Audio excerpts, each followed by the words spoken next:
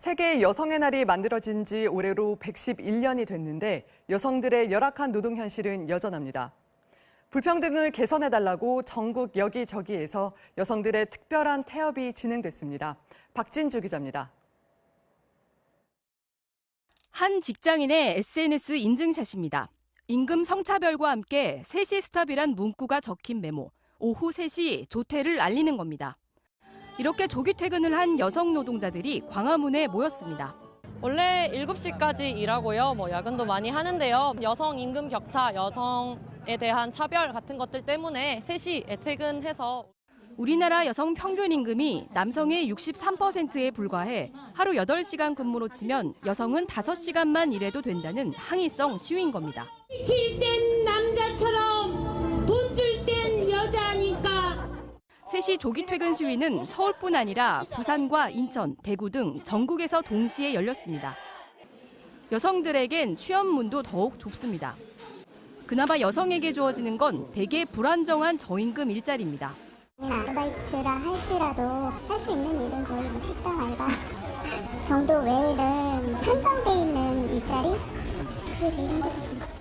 111년 전 남성에 비해 낮은 임금, 질 낮은 일자리에 항의하던 여성 노동자들의 외침이 2019년 한국에서 계속되고 있습니다. MBC 뉴스 박진주입니다. 불이 난 건물에 사람들이 달려와 직접 불을 끄고 시민들을 대피시켰습니다. 알고 보니 퇴근 후 함께 밥을 먹던 소방관들이었는데요. 홍익표 기자가 보도합니다. 인천 중구의 열쇠 가게. 불길이 크게 치솟아 가게를 뒤덮을 정도입니다. 불이 옆 건물로 막 번지려는 상황. 아직 소방차도 도착하기도 전인데 누군가 소방 호스를 능숙하게 끌고 옵니다. 이후 사복 차림인 사람들이 계속 물을 뿌려 불길이 번지는 걸 막습니다. 그 소화전에서 그 호스를 끌고 가서 일반인 같으셨는데 그거를 끌고 가셔서 소방차도 오기 전에 두 분 덕분으로 크게 번지지 않고. 소방차가 오기도 전에 화재 진압에 나선 이들은 근무를 마치고 퇴근한 소방관.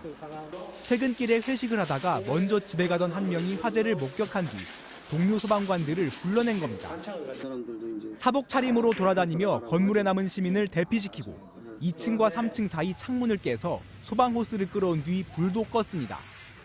직원들끼리 간단히 저녁 식사를 마치고 조금 일찍 귀가를 하던 중에 화재가 발생한 걸 보고 초동 대처를 하게 되었습니다. 지난달에도 밤샘 근무를 하고 동료 결혼식에 참석한 소방관들이 불을 껐는가 하면 쉬는 날 가족과 찜질방에 갔던 소방관은 찜질복을 입은 상태에서 화재 진압에 나서기도 했습니다. MBC 뉴스 홍익표입니다. 문재인 대통령이 어제 저녁 광화문 맥주집에서 시민들과 마주 앉았습니다.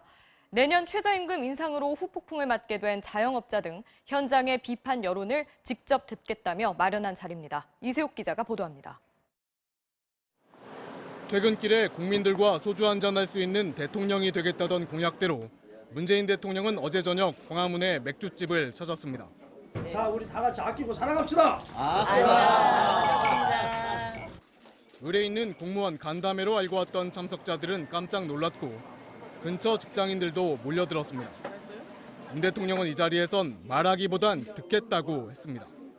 최저임금, 또 노동시간, 또 우리 자영업 이런 문제들에 대해서 아주 심각하게 이야기하고 있는 그런 상황이어서 그런 말씀들 듣고자. 중소기업에서 편의점, 음식점까지 올라간 최저임금에 힘들다는 사장님들의 토로가 이어졌습니다. 식당하시는 분들이 대부분이 생계형 자영업자분이에요. 사실 근로자만도 못합니다. 주인은 12시간을 일합니다. 문 대통령은 상가 임대료와 가맹점 수수료 등 대책과 사회 안전망을 적극적으로 보완해 나가겠다고 답했습니다. 청년 구직자와 경력 단절 여성, 아파트 경비원 등 참석자들의 경험과 의견이 꼬리를 물면서 간담회는 1시간 넘게 이어졌습니다. 600만에 달하는 자영업자들을 따로 챙기겠다고 밝혔던 문 대통령은 행사에 앞서 담당 비서관 신설 등 청와대 개편도 단행했습니다. MBC 뉴스 이세옥입니다. 네, 이제 직장인 회식, 퇴근길 소주 한 잔도 부담이 커지게 됐습니다. 최근 밀가루와 소주 출고가가 인상되면서 식당들이 500원, 1000원씩 가격을 올리고 있습니다. 양효걸 기자가 보도합니다. 서울 마포의 한 맛집. 최근 메뉴판의 소주 가격 앞자리를 3에서 4로 바꿔달았습니다. 지난달 말부터 주요 소주 업체들이 8% 정도씩 출고 가격을 인상하면서 소주도 4,000원 시대가 된 겁니다. 공급백은 다 오른 것 같아요. 술값만 오르는 게 아니라 이제 그에 맞춰가지고 뭐 안주값도 오르고 그러다 보니까. 식당 밥값도 들썩이고 있습니다. 치솟은 채소값에 밀가루값까지 인상되면서 칼국수나 짬뽕 같은 국수류부터 가격이 줄줄이 올랐습니다. 점심 한 끼도 부담스러워지자 손님들이 몰리는 곳은 4,000원짜리 구내식당입니다.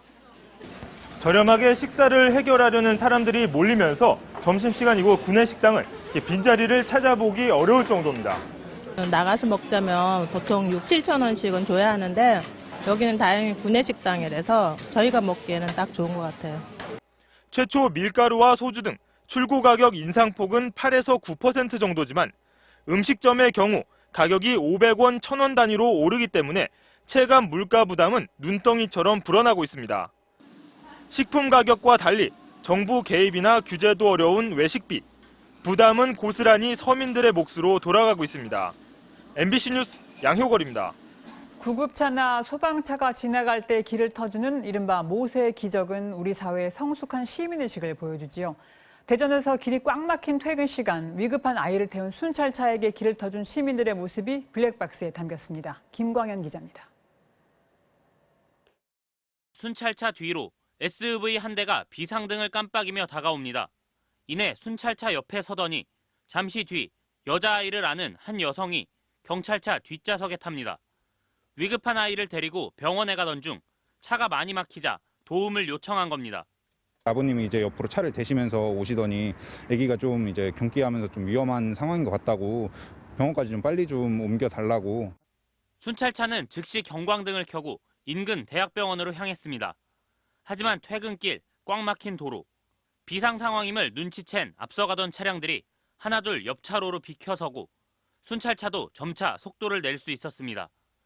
차량들이 꼬리를 문 병원 인근 교차로에서 고비를 만났지만 반대 차로를 통해 무사히 병원에 도착했습니다. 아무래도 퇴근 시간이다 보니까 차가 좀 많아서 다행히 또 이제 비상등 켜면서 경광 사이렌 소리를 울리니까 차량 앞에 가시는 시민분들이 고맙게도 좀 옆으로 비켜주시고. 시민들의 배려와 경찰관의 기지로 빠르게 병원에 도착한 아이는 무사히 집으로 돌아간 것으로 알려졌습니다.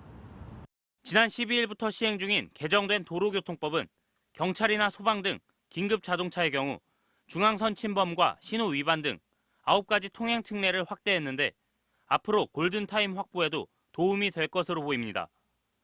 MBC 뉴스 김광현입니다.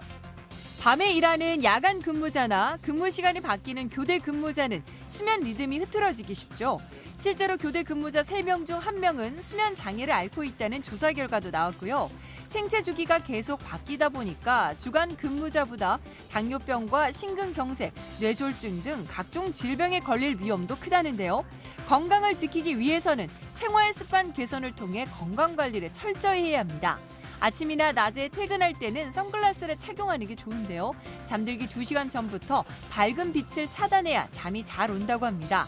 집에 도착해 잠들 때까지 암막 커튼으로 실내를 어둡게 하고 잘 때 수면 안대를 착용해야 수면 호르몬인 멜라토닌이 분비돼 숙면을 취할 수 있습니다. 적당한 햇볕을 쬐는 것도 필요한데요. 아침에 잠들었다가 해가 떠 있는 오후에 일어나서 30분 정도 가볍게 산책을 하는 게 좋습니다. 새벽에 근무할 때 대낮처럼 사무실 조명을 밝게 유지하고요. 가능하면 최소 3주 정도는 같은 시간대에 근무하는 것이 수면 리듬을 유지하는 데 도움이 된다고 하네요. 지금까지 스마트 리빙이었습니다. 수도권에서 서울까지 대중교통을 이용해서 출근하는 시간이 평균 1시간 27분, 작년보다 오히려 더 늘었다는 조사 결과가 나왔습니다. 퇴근까지 합치면 1년 중 한 달 정도의 시간을 이 출퇴근하는 길 위에서 보내고 있는 겁니다. 이준희 기자가 취재했습니다. 경기도 파주 운정신도시에 있는 경의중앙선 야당역. 아침 7시부터 승강장이 북적입니다.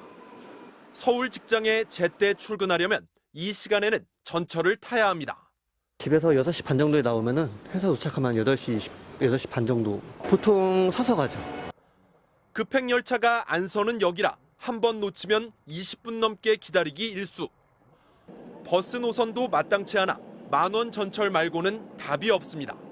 하루에 길게는 3시간, 짧게는 한 2시간 반 정도는 길에서 시간을 보내는 것 같아요.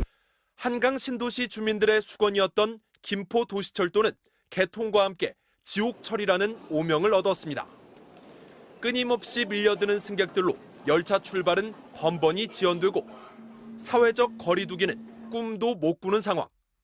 코로나19로 재택근무가 늘면서 그나마 상황이 나아진 게 이 정도입니다.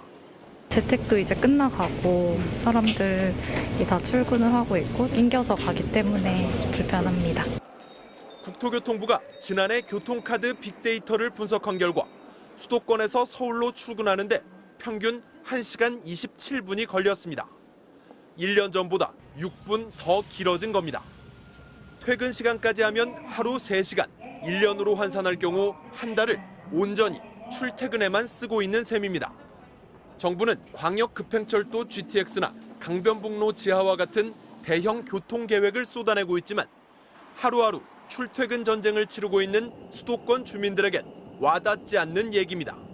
GTX망이 완성이 되는 한 10년 이내에는 당장 편리함을 줄 수 있는 그런 정책이 보완이 돼야 되거든요.